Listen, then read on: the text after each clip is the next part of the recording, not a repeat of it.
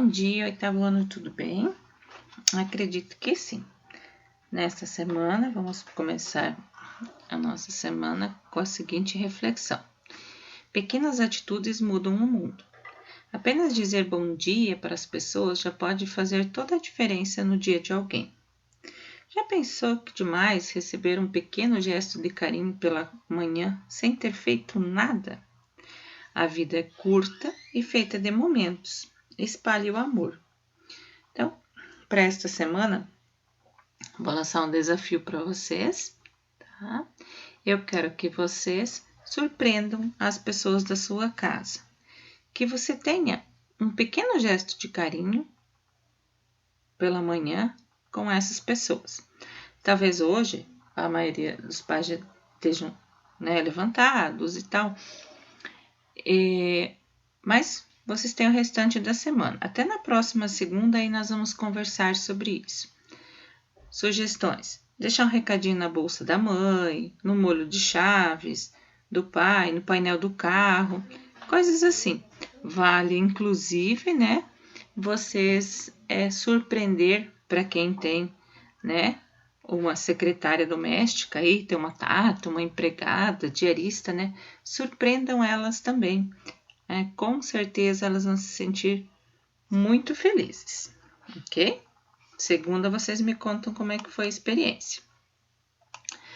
Nessa semana, começamos o nosso livro 2, então, capítulo 11, Um Príncipe no Brasil. Esse capítulo 11 faz parte do módulo 5, Brasil, um processo de independência. Conforme tinham sido as nossas outras aulas lá, que o prof encerrou o livro de vocês, eu vou continuar de novo, dividindo o capítulo. Temos aí, então, capítulo 11, página 6 até a página 29. E para a aula de hoje, eu separei como primeira parte a página 6 a página 16. O contexto da chegada da corte. Então, a corte portuguesa, ela vem para o Brasil devido a uma ameaça francesa. Isso a gente já estudou lá, que o Império Francês era comandado por Napoleão Bonaparte, num período em que houve grande expansão do território dele, conquistou vários territórios com as guerras napoleônicas. A Inglaterra era a maior inimiga dele e ele não conseguia derrotar a Inglaterra militarmente. Então, ele vai decretar aquilo que ficou conhecido como bloqueio continental em 1806. Esse bloqueio continental determinava o quê? Ele era um decreto que obrigava todos os países europeus a fecharem os seus portos para os navios ingleses. A estratégia incluía cerco aos principais portos europeus e ameaças aos países que quebrassem as regras impostas pelo bloqueio e comercializassem com os ingleses. Aí, abre parênteses, Portugal, ela já tinha uma parceria comercial com a Inglaterra. E, por esse motivo, ela acabou descumprindo as ordens do governo francês. E, a partir desse descumprimento, Napoleão invadiu a Península Ibérica e, a partir da Espanha, obrigou o rei espanhol a abdicar em favor do seu irmão, José Bonaparte, e a população se revoltou. Mas foi duramente reprimida pelas tropas francesas.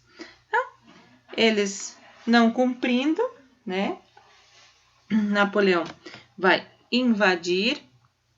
Então, Dom João como é que eu vou dizer? Ele era o príncipe regente da época. Tá? A prof até colocou ali no slide, Dom João, diante da pressão inglesa, decide fugir com a família real, transferindo também a sede do governo. O destino escolhido pelo príncipe regente foi o Brasil, a colônia mais rica de Portugal. Ele era príncipe regente porque em 1799, a mãe dele, a rainha Maria I, foi declarada incapaz de governar devido a sua insanidade mental. E, a partir disso, ele é príncipe regente. A viagem dele exigiu muito, uma estrutura bem considerável. Como ele tinha escolhido o Brasil e ele estava, né, com as suas barganhas com a Inglaterra acaba protegendo essa fuga. Nessa viagem, algumas estimativas dizem que vieram mais ou menos 15 mil pessoas, dentre elas incluindo a família real, ministros, juízes, funcionários do tesouro, militares e tal. E, além de todas essas pessoas, ainda foram transportados para o Tesouro Real e diversos pertences da coroa portuguesa, como documentos, livros, máquinas e além dos objetos pessoais. Além da dificuldade que eles tiveram em transportar essas coisas, ainda eles tiveram uma viagem que durou mais ou menos 3 meses. Foi complicado também pela quantidade de alimentos e das terríveis condições de higiene que essas pessoas passaram nesses 3 meses. Eles vão chegar no Brasil, vão ir para o Rio de Janeiro, né? Eles chegam em Salvador, uma breve parada, eles acabam indo para o Rio de Janeiro no dia 8 de março de 1808. Todo o sistema colonial, que era controlado pelos monarcas na metrópole, na Europa, né? Com Portugal não ia ser diferente. Então, essa família real vem para o Brasil e era a primeira vez que uma monarquia europeia se instalava em uma de suas colônias. E essa colônia, então, é a sede do Império Português. Alguns historiadores defendem a ideia do quê? Que com essa vinda da família real aqui para o Brasil, se dava início ao processo de independência do Brasil. Pois, a partir disso, ocorrem vários eventos, né, que acabam culminando, então, com a emancipação política do Brasil. A corte no Brasil. Assim que eles chegaram no Brasil, ainda em Salvador, o Dom João assinou o decreto de abertura dos portos às nações amigas. Esse documento, na prática, ele decretava o quê? O fim do Pacto Colonial.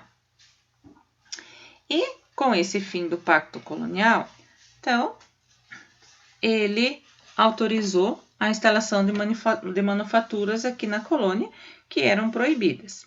Essa abertura das nações, dos portos às nações amigas, vai beneficiar especialmente a Inglaterra.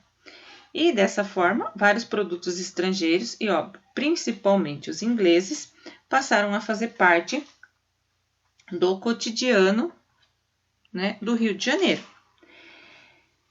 Com essa dinâmica, com essa mudança, né, não vieram só produtos, vamos supor, tecidos, livros, perfumes, vieram também pessoas para cá. Tá? A elite do Rio de Janeiro começou a incorporar esses costumes no cotidiano, esses hábitos dos europeus. Até algumas pessoas da elite brasileira contrataram educadores estrangeiros para ensinar os novos hábitos para os seus filhos, para eles terem condições ou para eles fazerem parte, né? Para eles conseguirem se integrar à corte portuguesa. Com isso, então, muda a dinâmica social no Rio de Janeiro e, a partir dessas transformações, então, se tem um aumento do fluxo do comércio entre as regiões mais afastadas da capital, e isso é algo necessário para a manutenção da corte. Os comerciantes de pessoas escravizadas aproximavam-se cada vez mais da corte, pois eles buscavam fazer parte dessa classe dirigente. E a coroa, para ela conseguir manter todas as despesas que ela tinha, ela começa a contar com doações recebidas das pessoas mais ricas aqui da colônia e acabou aumentando impostos. Uma das coisas que Dom João também fazia era conceder títulos aos membros da elite local e autorizar que eles usassem certos trajes que, né, só a nobreza portuguesa podia usar e tal. Daí era um jeito dele conseguir favores em troca, né? As condecorações, então, eram realizadas em cerimônias extremamente luxuosas, as aclamações, então, era tudo aquela corja, digamos assim, né? Que se tinha naquele período. Quando a corte portuguesa, então, vem para o Brasil, toda a burocracia econômica, política, jurídica de Portugal é instalada aqui no Brasil. Além disso, ocorre toda uma mudança, né? Toda uma nova construção, digamos assim. E aí algumas mudanças que ocorreram. Em Salvador foi instalada uma faculdade de medicina.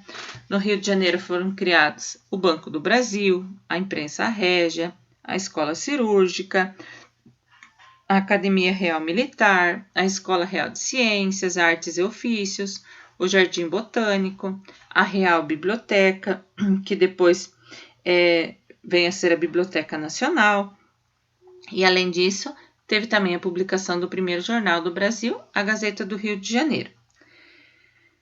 Para manter a cidade organizada, eles vão criar a Intendência de Polícia, que, além de prevenir os delitos e crimes, deveria fiscalizar a limpeza da cidade e acabar com os hábitos considerados não civilizados. Na verdade, a ideia era o quê? O objetivo, né, era higienizar o Rio de Janeiro e torná-lo ele mais parecido possível com as cidades europeias. Em relação à sociedade no Brasil colônia, então teve mudanças, né, na sociedade colonial com a chegada da corte, mas certas características se mantiveram. E dentre elas, o patriarcalismo, o domínio da elite fundiária, a desigualdade e as relações escravistas que continuaram prevalecendo. Então, para a primeira aula da semana, nós vamos falar um pouquinho sobre o patriarcalismo e esse domínio da elite fundiária. A parte da desigualdade das relações escravistas é para a nossa aula de quarta-feira. Então, o patriarcalismo. No Brasil colônia, ele foi marcado por uma estrutura social bastante rígida e nessa estrutura não tinha espaço para transformações muito grandes, muito diferentes, né? No topo da pirâmide sempre estava a elite rural e patriarcal, que mantinha os privilégios por meio do poder político e econômico. E isso também era garantido pela violência imposta às camadas mais baixas da sociedade. Era um modelo patriarcal, então, onde os homens, geralmente os mais velhos, exerciam o poder político, econômico e social sobre os demais membros da sociedade. As mulheres das camadas mais altas, cabia para elas o papel de realizar ou supervisionar as atividades domésticas e educar os filhos dentro dos valores cristãos. Já as mulheres pobres, elas sempre trabalhavam, mas em atividades mais marginalizadas, como lavadeiras, por exemplo. Em relação ao domínio da elite fundiária, vai prevalecer aqueles que têm mais propriedade, aqueles que têm mais terras. Tá? A economia era essencialmente agrária e bastante dependente da mão de obra escrava. Então, essa mão de obra escrava, esse escravismo, a prof vai enfatizar na próxima aula e vai estar relacionada com essa ideia do domínio, do patriarcalismo, né? E assim por diante.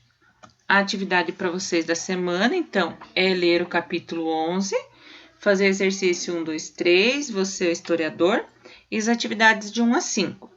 E para postar no AVA, vocês vão fazer você é o historiador, ok? Até daqui a pouco.